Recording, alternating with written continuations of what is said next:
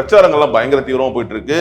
திரு எடப்பாடி அவர்கள் அவருடைய பிரச்சாரம் வந்து வேற ஸ்டைல்ல போயிட்டு இருக்கு அப்படின்றத ஒரு விமர்சனங்கள்லாம் முன்வைக்கப்படுது. திமுக தலைவர் குறித்து அவர் பேசின விஷயங்கள், எடப்பாடியோ மற்ற எதிர்கட்சியுடைய எந்த பெரிய பிரச்சாரமும் எடுபடும். நீங்க இந்த அமமுகவை கூட முதல்ல சொன்னீங்க.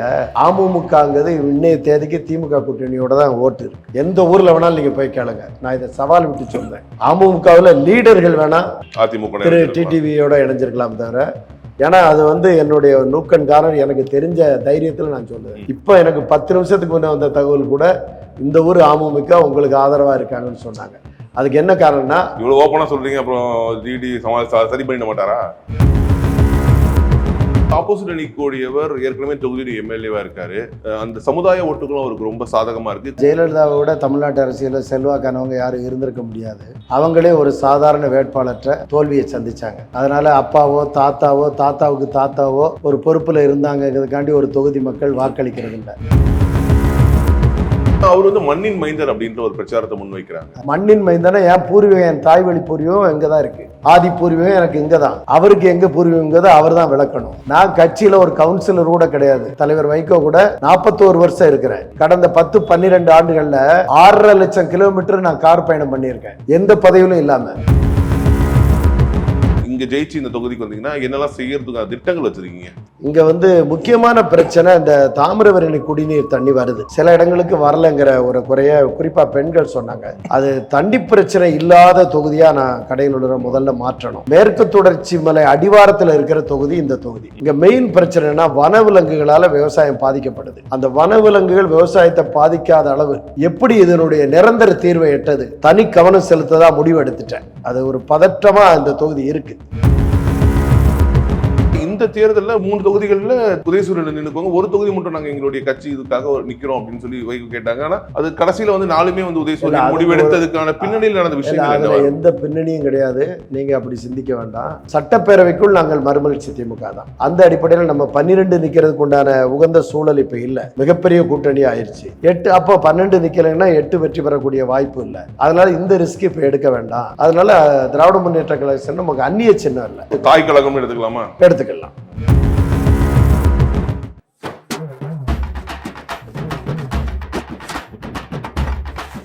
புரோக்னர்களுக்கு வணக்கம். தேர்தல் விழா நிகழ்ச்சியில இன்னைக்கு நம்மளோட இணைந்திருக்கக்கூடிய சிறப்பு விருந்தினர் கடையநல்லூர் தொகுதியின் மதிமுக வேட்பாளர் திரு TM ராஜேந்திரன் அவர்கள். வணக்கம் சார். வணக்கம் சார். திமுக கூட்டணி சார்பா கடையநல்லூர் தொகுதியில் நிற்கிறீங்க.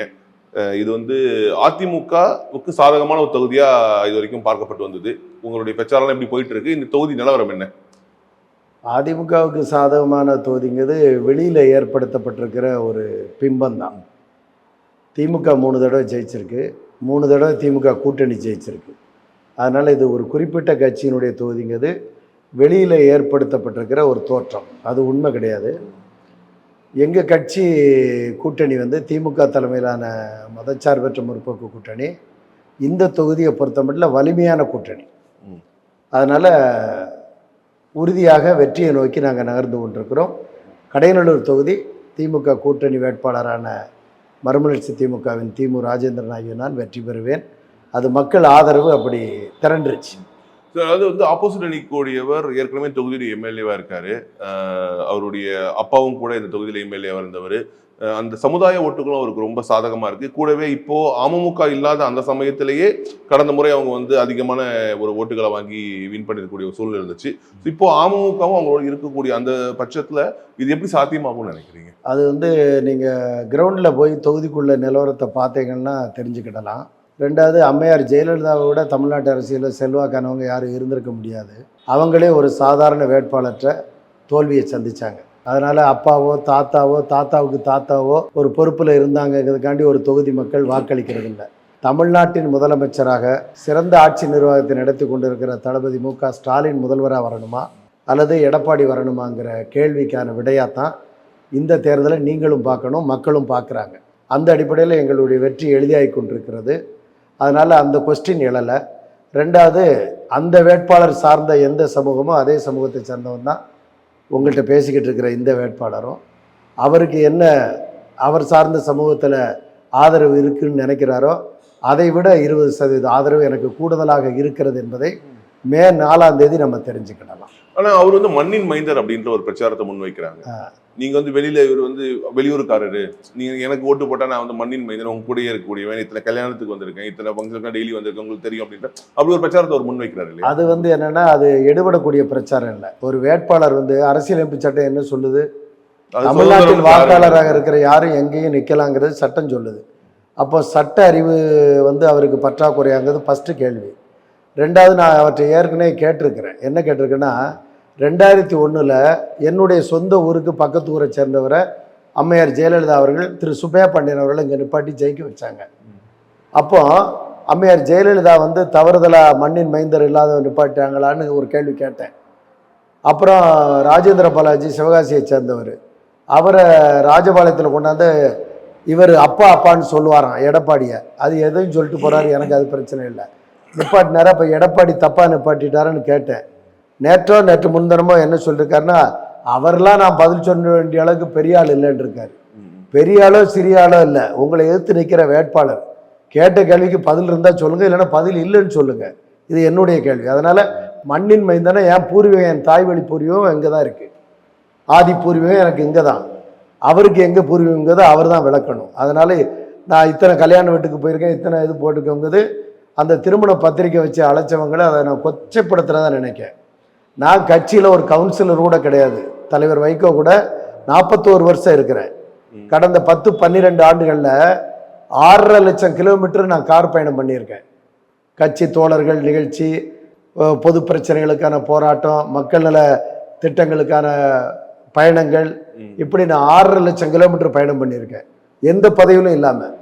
உங்களுக்கு தமிழ்நாட்டு அரசியல் கணம், உங்களுக்கு உங்கள் தந்தையாருக்கு அமைச்சர் வாய்ப்பை கொடுத்துருக்கு, உங்களுக்கு எம்எல்ஏ வாய்ப்பை கொடுத்துருக்கு, ஒரு கட்சியினுடைய மாவட்ட செயலாளரை வேற இருக்கீங்க. அப்போ நான் இத்தனை கல்யாணத்துக்கு போயிட்டோம்னு சொல்கிறதே அது வந்து எனக்கு ஒரு நாகரிக குறைவாப்படுது. அது உங்கள் கடமை தானே.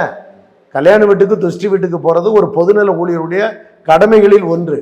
அதை எண்ணி சொல்ல வேண்டிய அவசியம் இல்லை. எந்த அடிப்படையில் அவர் சொல்லுதாருன்னு எனக்கு சரியாக புரிஞ்சுக்கிட முடியலை. ஸோ நீங்கள் இங்கே ஜெயிச்சு இந்த தொகுதிக்கு வந்தீங்கன்னா என்னெல்லாம் செய்யறதுக்கான திட்டங்கள் வச்சுருக்கீங்க? கடலூர் தொகுதியை பொறுத்த மட்டும் நான் கிட்டத்தட்ட 20 வருஷத்துக்கு மேலே நான் ரெகுலராக வருவேன். கல்யாண வீடுகள், துக்க வீடுகள், எனக்கு தனிப்பட்ட முறையில் நண்பர்கள் இருக்கிறது, எல்லாத்துக்கும் வந்துட்டு போயிட்டு இருப்பேன். இப்போ நான் வந்த பிறகு வர்த்தக சங்கம், வணிகர் சங்கம், வியாபாரிகள் சங்கம், லயன்ஸ் கிளப்பு, ரோட்டரி கிளப்பு, இப்படி பலதரப்பட்டவர்களும் என்னை பார்த்து சொன்னாங்க. நானும் பல அமைப்புகளை பார்த்தேன். இங்கே வந்து முக்கியமான பிரச்சனை, இந்த தாமிரபரணி குடிநீர் தண்ணி வருது, சில இடங்களுக்கு வரலைங்கிற ஒரு குறைய குறிப்பாக பெண்கள் சொன்னாங்க. சிறிய குறை தான், ஒரு ஆட்சி மேலே அதிருப்தி அப்படி இல்லை. இங்கே வந்துக்கிட்டு இருந்துச்சு, இப்போ கொஞ்சம் குறைஞ்சிருக்கு அப்படிங்கிறாங்க. அது தண்ணி பிரச்சனை இல்லாத தொகுதியாக நான் கடையநல்லூரை முதல்ல மாற்றணும். ரெண்டாவது, இங்கே தொழிற்சாலை கிடையாது. மேற்கு தொடர்ச்சி மலை அடிவாரத்தில் இருக்கிற தொகுதி இந்த தொகுதி. இங்கே மெயின் பிரச்சனைனா வனவிலங்குகளால் விவசாயம் பாதிக்கப்படுது. அதுக்கு என்னென்னா, நான் என்ன நினச்சிக்கிட்டு இருக்கேன்னா, வனவிலங்குகளால் அந்த வனவிலங்குகள் விவசாயத்தை பாதிக்காத அளவு எப்படி இதனுடைய நிரந்தர தீர்வை எட்டது. இது கடையநல்லூர் தொகுதியில் அதிகமாக இருக்குது. மேற்கு தொடர்ச்சி மலை அடிவாரம் முழுக்க இது இருக்குது, தமிழ்நாட்டில் பெரும்பகுதி இருக்குது. ஆனால் நான் இந்த தொகுதிக்கு சட்டமன்ற உறுப்பினர் வந்தால் அதில் தனி கவனம் செலுத்ததாக முடிவு எடுத்துட்டேன். அது ஒரு பதற்றமாக இந்த தொகுதி இருக்குது, விவசாயிகள்கிட்ட இருக்குது. மூணாவது, நெல் அதிகமாக விளையுது. அவங்களுக்கு என்னென்னா, தஞ்சாவூர் டெல்டா மாவட்டங்களில் பார்த்தீங்கன்னா டெம்பரவரி சேஃப் குடோன்களை அமைச்சிருவாங்க, பாதுகாப்பான டெம்பரவரி குடோன்களை அறுவடை சீசனில். அந்த இதை நான் இங்கே கொண்டு வர்றதா பிளான் பண்ணியிருக்கேன். அது ஒன்று. அடுத்து, தேங்காய் அதிகமாக விளையுது. ஆமாம், உதாரணமாக தேங்காய் இறக்கி விற்றாங்கன்னா ஒரு 15 ரூபாய், 20 ரூபாய், 30 ரூபாய் கிடைக்குன்னு வைங்க. நம்ம அதை மதிப்பு கூட்டி விற்கிறதுக்கு அந்த கூந்தலை பயன்படுத்தி என்ன உபபொருள் செய்யலாம், அதுக்கு உண்டான தனியார் நிறுவனங்களோ அல்லது அரசினுடைய முயற்சியிலையோ என்ன செய்யலான்னு பார்த்தா அதை மதிப்பு கூட்டி விற்கக்கூடிய ஒரு வாய்ப்பு வரும். அதுக்கு ஒரு முக்கியத்துவம் கொடுத்து இது பண்ணணும். அந்த இதை உலர வைக்கிறதுக்கு, கொப்பரையை உலர வைக்கிறதுக்கு உலர் களங்கள் அமைக்கணும்னு இருக்கு. இது எல்லாத்த விட அரசு மகளிர் கல்லூரி வேணுங்கிற ஒரு கோரிக்கை தொகுதியில் இருக்கு. அரசு மகளிருக்கு, ஏன்னா அதில் ஆயிரக்கணக்கான மாணவர்கள் படிக்காங்க, அது இருக்கு. 6 பேரூராட்சி இருக்கு, 2 நகராட்சி இருக்கு, கிட்டத்தட்ட 4 ஊராட்சி ஒன்றியங்கள் பகுதி இருக்கு. இந்த எல்லா பகுதிகளுடைய தேவைகளையும் தீர்க்கமாக ஆராய்ஞ்சு என்னால் முடிஞ்ச அளவு, இன்னும் சொல்லப்போனால் முதல்வர் ஸ்டாலின் அவருடைய ஆட்சி மலரக்கூடிய வாய்ப்பு கனிந்திருக்கிறது மாதிரி ஒரு ட்ரெண்டு இருக்கு. அப்படி வரும்போது எனக்கு ஒரு வெற்றி வாய்ப்பு கிடைச்சி நான் வந்தேன்னா எளிதாக அமைச்சர்களை அணுகலாம், ஆளுங்கட்சியினுடைய அலுவலர்களை அணுகலாம், ஆளுங்கட்சி அமைச்சர்களை அணுகலாம். ஒரு கோரிக்கைகளை செய்து கொடுக்கலாம். மக்கள் நான் இத்தனை நாள் போயிருக்கேன், 14 நாள் 15 நாள் போயிட்டேன், பெரிய கோரிக்கைகளே கிடையாது. இதெல்லாம் அமைப்புகள் சங்கங்கள் கொடுத்ததுதான். பெருசா எங்க ஊருக்கு அது வரல இது வரலங்கிற டென்ஷனே கிடையாது. பொதுவாக ஆளுங்கட்சியை எடுத்து டென்ஷன் இருக்கும். அதனாலதான் நான் முதல்ல சொன்னேன், திமுக அலை தளபதி மு க ஸ்டாலின் அலை வீசுகிறது. ஒரு மொத்த இது பெரிய கோரிக்கை டென்ஷனு ஆளுங்கட்சி வேட்பாளரை மறிக்கணும் அப்படியெல்லாம் கிடையாது, எதுவுமே கிடையாது. இதெல்லாம் அமைப்புகள் சொன்னதை நான் கவனத்தில் எடுத்திருக்கேன். சிறந்த சட்டமன்ற உறுப்பினர்களில் ஒருவராக கடையநல்லூர் தொகுதிக்கு நான் செயல்படுவேன் என்கிற உறுதிமொழியை நான் மக்கள்கிட்ட கொடுத்துருக்கேன். அதை நிறைவேற்றுவேன் என்பதை உங்க மூலமா பொதுமக்களுக்கு தெரிவிச்சுக்கிறேன். மிச்சிருக்கக்கூடிய 2 வேட்பாளர்கள் இருக்காங்க. தமிழக வெற்றி கழகத்தினுடைய வேட்பாளரும் இருக்காரு, அதே மாதிரி நாம் தமிழர் கட்சியின் வேட்பாளர். இவங்க எல்லாருமே வந்து சிறுபான்மை சமூகம், குறிப்பாக இஸ்லாமிய சமூகத்தை சேர்ந்தவங்க நிப்பாட்டியிருக்காங்க. இந்த தொகுதியில வந்து அவர்களுடைய ஓட்டும் ஒரு கணிசமான சதவீதம் இருக்கிறதுனால அது எந்த மாதிரியான இம்பாக்ட் கிரியேட் பண்ணணும் எதிர்பார்க்கணும்னு நினைக்கிறீங்க? யாருக்கு இம்பாக்ட ஒரு பாதிப்பை ஏற்படுத்தும்னு நினைக்கிறீங்க? அதாவது ஒரு விஷயம் தமிழ்நாட்டு அரசியலில் தெரிஞ்சுக்கிடுங்க, சாதி ரீதியா ஓட்டை அப்படியே சாலிடா போட்டுருவாங்கன்னு நீங்க நினைக்காதுங்க. அதுக்கு ஒரு உதாரணம் சொல்ல போனா, 77 ஜிஆர் எட்மண்ட் திருநெல்வேலி எம்எல்ஏ ஆக்கினார், எம்ஜிஆர் நிறுத்தினார். ஜிஆர் எட்மண்ட் சார்ந்த மீனவர் சமுதாயம் திருநெல்வேலி எம்எல்ஏ தொகுதியில் 200 ஓட்டு கூட கிடையாது. ராஜேந்திர பாலாஜி ஒரு முறை எம்எல்ஏ ஆனார், மந்திரி ஆயிட்டார். அவர் சிவகாசியில் நிற்கும் போது அவர் சார்ந்த சமூகம் அதிகபட்சம் ஒரு 5000 6000 ஓட்டு தான் இருக்கும். மக்கள் வந்து எந்த கட்சி என்ன கொள்கை எதுக்காக வேண்டி இவங்களுக்கு வாக்களிக்கணும்னு தான் நினைப்பாங்களே தவிர சாதியை பார்க்க மாட்டாங்க. நீங்கள் சொன்ன சிறுபான்மை மக்கள் 2 வேட்பாளர் நிறுத்துனாங்கன்னா இவங்களுக்கு ஓட்டு போட்டால் அது சுற்றி வளைச்சி யாருக்கு நன்மையாக முடியுங்கிறத அறிவுபூர்வமாக சிந்திச்சு தான் வாக்களிப்பாங்க. அதனால் உங்களுடைய கேள்விக்கு இங்கே வந்து அதுக்கு அவசியம் ஏற்படலை. நான் களத்தில் அதை பார்க்குறேன். நான் ஒன்றும் தான் தோன்றித்தனமாக உங்கள்கிட்ட பேசலை, ஃபீல்டில் நான் பார்க்குறேன். கிட்டத்தட்ட 1 லட்சம் 1.5 லட்சம் வாக்காளரை நான் சந்திச்சிருப்பேன். இதுதான் நிலைமை. ஸோ இங்கே வந்து பிரச்சாரத்தில் உங்களுக்கு சாதகமான விஷயங்களா நீங்கள் என்ன நினைக்கிறீங்க? எனக்கு சாதகமான விஷயமா மிக மிக முக்கியமான விஷயம், திராவிட முன்னேற்ற கழக அலை வீசுகிறது. இதை நான் ஓப்பனாக எல்லா தமிழ்நாடு அளவில் இருக்கு. பெண்கள் வந்து திமுக ஆதரவு பெற்ற வேட்பாளரை பார்க்கறதுக்கு ஓட்டு சேகரிப்புக்கு செல்லும் போது அலை மோதுறாங்க. அவங்க சொல்ல வர்ற விஷயம் என்னன்னா, பெத்த பிள்ளை நமக்கு ரூபா கொடுக்காயா, எத்தனை வீட்லையா கொடுக்கு, முதலமைச்சர் ஸ்டாலின் வந்து எங்களுக்கு 1000 ரூபா அனுப்பியிருக்காருயா, அடுத்து ஒரு 8000 ரூபா இந்த மிக்சி கிரைண்டரு பிரித்து எடுத்துக்கிறதுக்கு போடுதுன்னு இருக்காருயா, அவரை நம்பலாம், இந்த 1000-ஐ 2000 ஆக்குறாருங்கிறாரு, அது வந்து எங்களை டச் பண்ணுதுன்னு நான் இப்படி கை காட்டுறதுக்கு முன்னையே ஓடி வந்து பெண்கள் கை காட்டுவாங்க. நீங்கள் என் கூட சுற்றுப்பயணம் வந்தால் பார்க்க முடியும். அந்த அளவுக்கு ஒரு ஈர்ப்பை ஏற்படுத்தியிருக்கு. சமூகத்தில் சரிபாதி இருக்கிறவங்க பெண்கள். அவங்க பெண்கள்னா அப்புறம் ஆண்களும் அதில் இணைஞ்சது தான். ஒரு தாய்க்கு உதவி கிடைக்குன்னா அவருடைய கணவர் வந்து மாற்றி போட்டுற மாட்டார். அதனால் பெரும்பாலான வாக்கு வங்கிய திராவிட முன்னேற்ற கழகம் மிகப்பெரிய சக்தி, மகளிர் சக்தி, அதை தக்க வச்சிருக்காங்க. அந்த அலை வீசி கொண்டிருக்கிறது.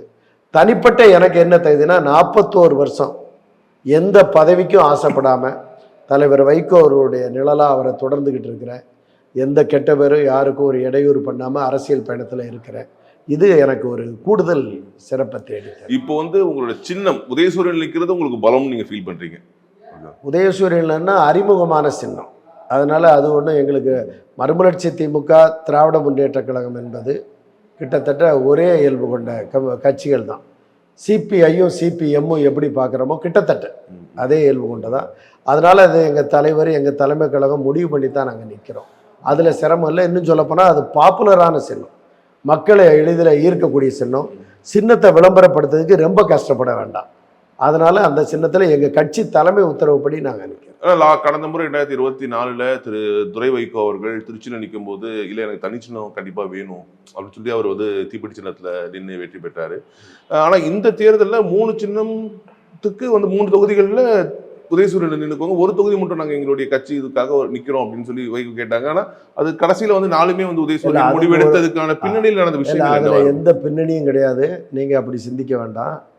அதாவது 12 சட்டமன்ற உறுப்பினர் வேட்பாளராக போட்டிக்கிட்டால் ஒரே சின்னத்தில் நிற்கலாம், 5 விழுக்காடு, அல்லது 8 எம்எல்ஏ ஜெயிச்சா தனிப்பட்ட அங்கீகாரம் கிடைக்கும். இது அடுத்த பாயிண்ட்டு. 3வது பாயிண்ட்டு, திராவிட முன்னேற்ற கழக அரசு நாங்கள் திமுக சின்னத்தில் 4 பேர் வெற்றி பெற்றிருந்த போது கூட சட்டப்பேரவையில் எங்களை மறுமலர்ச்சி திமுகவை தான் அங்கீகரித்தாங்க, சபாநாயகர் அங்கீகரிச்சிருந்தாங்க. சட்டப்பேரவைக்குள் நாங்கள் மறுமலர்ச்சி திமுக தான். அதன் காரணமாக நாம் அப்படி அங்கீகரிக்கிறதா தான் அதை திமுக அரசு அங்கீகரிச்சிருக்கு. அதனால் அந்த அடிப்படையில் நம்ம 12 நிற்கிறதுக்கு உண்டான உகந்த சூழல் இப்போ இல்லை. மிகப்பெரிய கூட்டணி ஆயிடுச்சு. 8 அப்போ 12 நிற்கலைன்னா 8 வெற்றி பெறக்கூடிய வாய்ப்பு இல்லை. அதனால் இந்த ரிஸ்க் இப்போ எடுக்க வேண்டாம். அதனால் திராவிட முன்னேற்ற கழக சின்னம் நமக்கு அந்நிய சின்னம் இல்லை. நம்முடைய தோழமை இரண்டரை கலந்த ஒரு கட்சியினுடைய சின்னங்கிற முறையில் அதை தாய் கழகம் எடுத்துக்கலாமா? எடுத்துக்கலாம்.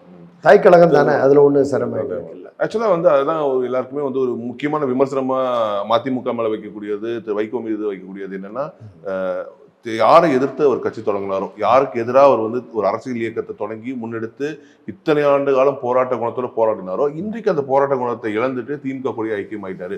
ஸ்டாலினுக்கு எதிராக கட்சி தொடங்கினவர், வாரிசு அரசியலுக்கு எதிராக கட்சி தொடங்கினவர், இன்னைக்கு அதுல வந்து ஐக்கியமாயிட்டாரு அப்படின்ற அந்த ஒரு விஷயம், அந்த ஒரு விமர்சனம், அது உங்களுக்கான அது உள்ளுக்குள்ள கட்சிக்குள்ள இருக்காது. இல்லை, அது என்னன்னா, நீங்க வந்து யாருக்கும் எதிராக கட்சி தொடங்கலை. வெள்ளைக்கார நேரத்து இந்தியாவில் எத்தனை வருஷம் சுதந்திர போராட்டம் நடந்துச்சு? 100 வருஷம் வருஷத்துக்கு மேல நடந்திருக்கு. வெள்ளைக்காரங்கிட்ட இந்தியா தொடர்பு இல்லாமல் இருக்கா? அந்தந்த கால ஓட்டத்துக்கு தக்கவாறு தான் நீங்கள் இதை கணிக்கணும். அன்றைக்கு உள்ளதை நீங்கள் இன்றைக்கு முடிச்சு போடக்கூடாது. எங்களுக்குள்ள என்ன பகைங்கிறத விட எங்களை ஒட்டுமொத்த தமிழ் சமூகத்தை அழிக்க எதிரிகள் எப்படி வருகிறார்கள் என்பது பொறுத்து தான் எங்கள் முடிவு. நாங்கள் 1994 காலம் வந்து மறுமலர்ச்சி திமுகங்கிற கட்சியை உருவாக்கிச்சு. அதுக்குள்ளே இப்போ போக வேண்டிய அவசியம் இல்லை. இப்போ 2026 நம்ம நிற்கிறோம். இதில் கடந்து வந்த பாதையை நாங்கள் பார்க்குறோம். இன்றைக்கு எந்த ஸ்ட்ராட்டஜி திராவிட இயக்கத்தை வலிமையாக முன்னிறுத்த முடியும்னு பார்க்குறோம். சிறு உதாரணத்தை உங்கள் மூலமாக தமிழ்நாட்டு மக்களுக்கு சொல்கிறோம். நாங்கள் வந்து கட்சி ஆரம்பித்து ஒரு தேர்தலை சந்திச்சிருக்கிறோம். அப்போ அதிமுக கூட்டணியில் நாங்கள் தலைவர் எல்லாம் எம்பியாக இருக்கிறாங்க. சைதாப்பேட்டையில் பொதுக்கூட்டம் நடக்குது. திமுக ஆட்சி நடக்குது. எங்களுக்கும் திமுகவுக்கும் அப்போ கருத்து வேறு வந்துச்சு. திமுக ஆட்சி நடக்கும்போது தலைவர் வைகோ சைதாப்பேட்டையில் ஒரு கூட்டத்தில் பேசுகிறாங்க. அப்போ இந்த மாதிரி திமுக ஆட்சியை மத்தியில் அழுத்தம் கொடுத்து வாஜ்பாயிடம் சொல்லி கலைக்க முயற்சி நடக்கிறது. திமுகவிற்கும் எங்களுக்கும் வருத்தங்களும் சங்கடங்களும் இருக்குது. ஆனால் பேரறிஞர் அண்ணா வலியுறுத்திய மாநில சுயாட்சி கொள்கைப்படி திமுக ஆட்சியை கலைக்க நான் சம்மதிக்க மாட்டேன்னு அறிவித்தது தலைவர் வைகோ. எங்களுக்கு திமுகவுக்கும் அப்போ சச்சரவு உண்டு, சண்டை உண்டு. 96 நீங்கள் இப்போ எடுத்து பார்க்கலாம் ரெக்கார்டை, ஆவணங்கள் எங்கள்கிட்ட இருக்குது. அதனால் என்றைக்குமே தலைவர் வைகோ வந்து கொள்கை ரீதியாக முடிவு எடுப்பார். லட்சியத்துக்காண்டி தான் நாங்கள் முடிவு எடுக்கிறோம். எங்கள் கட்சிக்கு என்ன லாபம், தனிப்பட்ட ஆதாயம் என்ன பார்க்கறது இல்லை. ஒவ்வொரு கட்டத்திலையும் அப்படி தான் நடந்து வந்திருக்காரு. அதை நான் 1000 விளக்கங்களோடு நான் உங்கள்கிட்ட விவாதிக்க முடியும். அதனால் அந்த செய்தி தவறாது. அப்போ அதுக்காக வேண்டி வந்தார், இப்போ சேர்ந்துக்கிட்டாருங்கிறது அதை நம்ம ஏற்றுக்கிட முடியாது. ஸோ இப்போ வந்து திமுக கூட்டணியில் நிறைய கட்சிகள் வந்துடுச்சு. அதனால சில சீட்டு விஷயங்கள்ல காம்ப்ரமைஸ் பண்ண வேண்டிய ஒரு சுச்சுவேஷன் வந்துடுச்சு. அது எதுவும் தொகுதிக்குள்ள இல்லை உங்களுடைய கட்சியினருக்குள்ள ஒரு சின்ன மனக்குறை ஏதாவது ஏற்படுத்தியிருக்கா? அதெல்லாம் சரியா போயிடுச்சு? இல்லை, அது என்னன்னா, தலைவர் என்ன முடிவு எடுக்கிறாரோ அதை வந்து இளைய தலைவர் துரை வைக்கல் வந்து எல்லாரும் அதை ஏற்று செயல்படுத்திக்கிடுவாங்க. உட்கட்சியில் சில இதுகளை விவாதிப்போம். முடிவுன்னு அறிவித்த பிறகு அது இராணுவத்தினுடைய கட்டுப்பாடு தான். எங்கள் கட்சியை பொறுத்தவரையில் அதில் மாற்று சிந்தனை இதாக இருக்காது. ரெண்டாவது, எங்கள் தலைவரை பொறுத்தவரை ஒன்று சொன்னாங்க, நாங்கள் சீட்டு பேரத்தில் ஈடுபட மாட்டோம்னு. நீங்கள் லட்சியத்தை முன்னிறுத்துகிற போது சீட்டு பேரம் ஒரு பிரச்சனையாக வராது. கொள்கையை பின்னுக்கு தள்ளிட்டேன்னா சீட்டு பேரம் வரும். அந்த அவசியம் எங்களுக்கு நிகரலை. திராவிட முன்னேற்ற கழக கூட்டணியில் நம்பகமான கூட்டணி தலைமையாக நாங்கள் இருக்கிறோம். அப்போ அடமுடித்து சீட்டு கேட்டு வாங்கின விசிகே, காங்கிரஸ், தேமுதிக எல்லாம் வந்து அந்த கொள்கைகளுக்கு பதிலாக இதில் முன்னேற்றாங்க. இல்லை, உங்களுடைய கருத்து தவறானது. அவர்கள் அடம்பிடித்தாருங்கிற செய்தியில் எந்த உண்மையும் கிடையாது. ஒவ்வொரு கட்சிக்கும் ஒவ்வொரு பார்வை இருக்கும். அதனால யாரும் எப்படி காங்கிரஸ் அடம் முடிச்சது இல்லையா, அதை சொல்ல முடியாது. அப்படி சொல்ல முடியாது. சீட்டு கேட்கறது அவங்க உரிமைன்னு நாங்களே சொல்லியிருக்கோம். அவங்க எத்தனை சீட்டு வாங்குறாங்க, எப்படி வாங்குறாங்கன்னு அது அவங்களுடைய தான். அதுக்காக வேண்டி நாங்கள் கூட்டணி இல்லைங்கிறது எங்களுடைய நிலைப்பாடு, மறுமலர்ச்சி திமுக நிலைப்பாடு. இத்தனை சீட்டு வேணுங்கிறதுக்காண்டி இந்த கூட்டணிங்கிறது எங்க கணக்கு கிடையாது. ஸோ இப்போ வைகோ அவர்கள் ஒரு 41 வருஷமா நீங்க இந்த ஒரு கூட டிராவல் பண்ணுன்னு சொல்றீங்க. ஸோ வைகோ அவர்கள் ஒரு விதமா கட்சி நடத்திட்டு வந்துட்டு இருந்தார் இது வரைக்கும். இப்போ துரை வைகோ கையில வந்திருக்கு. ஸோ என்ன டிஃபரன்ஸ் ஃபீல் பண்றீங்க? அவருக்கு இவருக்குமான தனித்துவங்கள் என்ன? அப்படி துரை வைகோவே ஒரு ஸ்டேஜில் என்ன சொல்லியிருக்காருன்னா, வைகோ தான் அப்படின்னு சொல்லியிருக்காரு. துரை வைகோவை இளைய வைகோன்னு சொல்லும்போது கூட அவர் இப்படித்தான் கருத்து சொல்லியிருக்காரு. தலைவருடைய அரசியல் மற்ற அவருடைய இது வந்து ஒரு ஸ்டைலாக இருக்கும். சின்னவர் துரை வைக்கோடைய ஸ்டே ஒன்றா இருக்கும். நான் எங்கள் கட்சி பொதுக்குழுவில் பேசுனதை இப்போ உங்கள் பிரவோக்குக்கு சொல்லியிருந்தேன். தலைவர் வைகோ வந்து நல்லா படிப்பார், நைட்டு முதலும் படிப்பார், நல்லா எக்ஸாம் எழுதுவார், ரிசல்ட் என்னங்க தான் பார்க்க மாட்டார். துரை வைகோவும் நல்லா படிப்பார், நல்லா எக்ஸாம் எழுதுவார், ரிசல்ட் என்னன்னு பார்ப்பாரு. இந்த ரெண்டுக்குள்ள வித்தியாசம் தான் தலைவருக்கும் அவுட்புட்ல ஸ்ட்ராங்கா இருப்பாரு. இளைய தலைவருக்குள்ள வித்தியாசம் நான் எங்க பொதுக்குழுவிலே பேசியிருக்கேன். இது அதனால ஒண்ணு. சோ இப்போ இருக்க சினாரியோல பிரச்சாரங்கள்லாம் பயங்கர தீவிரமா போயிட்டு இருக்கு. திரு எடப்பாடி அவர்கள் அவருடைய பிரச்சாரம் வந்து வேற ஸ்டைல்ல போயிட்டு இருக்கு அப்படின்றத ஒரு விமர்சனங்கள்லாம் முன்வைக்கப்படுது. திமுக தலைவர் குறித்து அவர் பேசின விஷயங்கள், இவரு குறித்து திரு உதயநிதி அவர்கள் பேசின விஷயங்கள்ல நிறைய விஷயங்கள் வந்து இப்போ இந்த பிரச்சாரங்கள்ல வந்து ஹைலைட்டா போயிட்டு இருக்கு. ஸோ உங்களுடைய பார்வை அதில் என்ன? என்னுடைய பார்வையை சுத்தி வளைச்சு பார்த்தேன்னா, மக்களுடைய நலத்திட்டங்களால திமுக அணி வந்து முன்னிலை நிற்கும். எடப்பாடியோ மற்ற எதிர்கட்சியுடைய எந்த பெரிய பிரச்சாரமும் எடுபடல. நீங்கள் இந்த அமமுகவை கூட முதல்ல சொன்னீங்க. அமமுகங்கிறது இன்னைய தேதிக்கு திமுக கூட்டணியோட தான் ஓட்டு இருக்கு. எந்த ஊரில் வேணாலும் நீங்கள் போய் கேளுங்க. நான் இதை சவால் விட்டு சொன்னேன். அமமுகவில் லீடர்கள் வேணால் அதிமுக திரு டிடிவியோட இணைஞ்சிருக்கலாம் தவிர, ஏன்னா அது வந்து என்னுடைய நூக்கன்காரர் எனக்கு தெரிஞ்ச தைரியத்தில் நான் சொல்லுவேன். இப்போ எனக்கு 10 நிமிஷத்துக்கு முன்னே வந்த தகவல் கூட இந்த ஊர் அமமுக உங்களுக்கு ஆதரவாக இருக்காங்கன்னு சொன்னாங்க. அதுக்கு என்ன காரணம்னா, இவ்வளோ ஓப்பனாக சொல்றீங்க, அப்புறம் டிடி சரி பண்ணிட மாட்டாரா? அது எப்படி சரி பண்ண முடியும்? எந்த ஊர் என்னன்னு தெரியல. அப்படியெல்லாம் சரி பண்ண முடியாது. சாதாரண குடிமக்களை போய் யார் சரி பண்ண முடியும்? அப்போ நீங்கள் முந்தா நாள் வந்து சொன்னது என்ன அப்படிங்கிற கொஸ்டின் அவங்கள்ட்ட இருக்கு. அது எங்கள் கட்சி கிடையாது, அவங்க வேற கட்சி. நான் அதை குறைச்சி நினைச்சு சொல்லலை. அந்த அமமுகங்கிற செட்டு அப்படியே அங்கிட்டு மாறல. தொண்டர்கள் அதை எப்படி எடப்பாடி ஏற்று நம்ம போய்க்கிட முடியும்? அவற்றை 1008 பிரச்சனை இருக்கு, எப்படி முடியும்னு கேட்குறாங்க. அவங்க திருமதி சசிகலா அம்மையார் அவர்கள் பேசுறது வேற பல்வேறு தாக்கத்தை உருவாக்கிட்டு, அது எனக்கு என் காதுக்கு செய்தி வருது. மற்றபடி இன்னொரு கட்சியை குறைச்சி பேசணுங்கிறது என் நோக்கம் கிடையாது. அது அப்படியே அது சிதைஞ்சிருச்சு அந்த ஓட்டு. அது நீங்க ரிசல்ட் அன்னைக்கு பார்த்துக்கலாம். உங்கள்கிட்ட நான் பேசுறேன் ரிசல்ட் அன்னைக்கு. நிச்சயமா அந்த ரிசல்ட் அன்னைக்கு நம்ம சந்திப்போம். மிக்க நன்றி. உங்களுடைய இவ்வளவு பிஸியான ஸ்கெடியூல்ல எங்களுக்கு ஒரு நேரம் ஒதுக்கி இவ்வளவு பல்வேறு விஷயங்கள் ஒரு பகிர்ந்துக்கிட்டீங்க. கருத்து மிக்க நன்றி சார். நீங்க சென்னையில இருந்து வந்து கடையில் ஒரு வேட்பாளர் தேடி வந்து பேட்டி எடுத்ததுக்கும், நல்லா கேள்வி கேட்டு உரிய பதிலை பெறுவதற்கு முயற்சி பண்ணதுக்கும் மிக்க நன்றி.